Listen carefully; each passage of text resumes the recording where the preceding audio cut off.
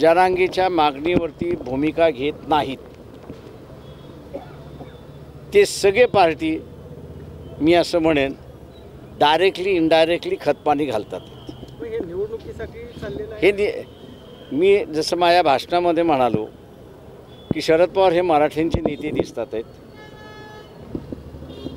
ओबीसींना असताना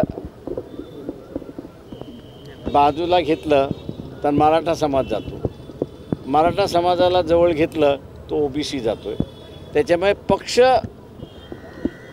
भूमिकेतून हा प्रश्न बघितला जातोय आणि त्याच्यामुळे या निवडणुकीपुरते मी असं म्हणेन की बाळासाहेब थोरात असतील किंवा शरद पवार असतील हे मराठ्यांचे नेते झालेले आहेत। उद्धव ठाकरे आणि देवेंद्र फडणवीस हे कायस्थ ब्राह्मण यांचे नेते झालेले आहेत। त्याच्या पलीकडे यांचा या निवडणुकीपुरता अस्तित्व नाही।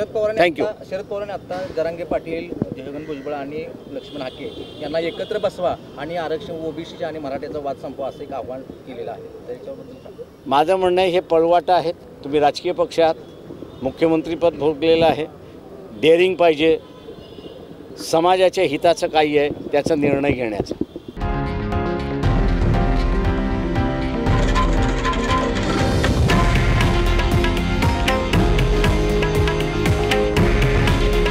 हे आहे देशातील नंबर 1 न्यूज नेटवर्क आणि आपण पाहत आहात TV9 मराठी। काळजी तुमची, हित महाराष्ट्राचं।